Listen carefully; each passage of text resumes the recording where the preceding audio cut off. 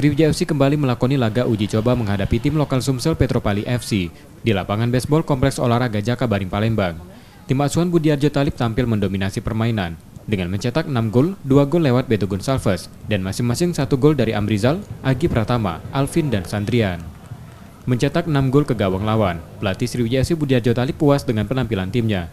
Terlebih permainan Sriwijaya FC sudah berada dalam performa puncak. Latih tanding ini menjadi salah satu cara mengurangi kejenuhan pemain dalam berlatih. Ya, terus mereka juga pada intinya mereka sudah di puncak ya. Puncak pada satu saat situasi yang pertandingan. Ya, sekarang mereka lagi puncak, jadi membuat kejenuhan ini jangan sampai mereka jenuh pada saat pertandingan nantinya. Kita udah jenuh nanti, jadi kita buat ada hiburan lah.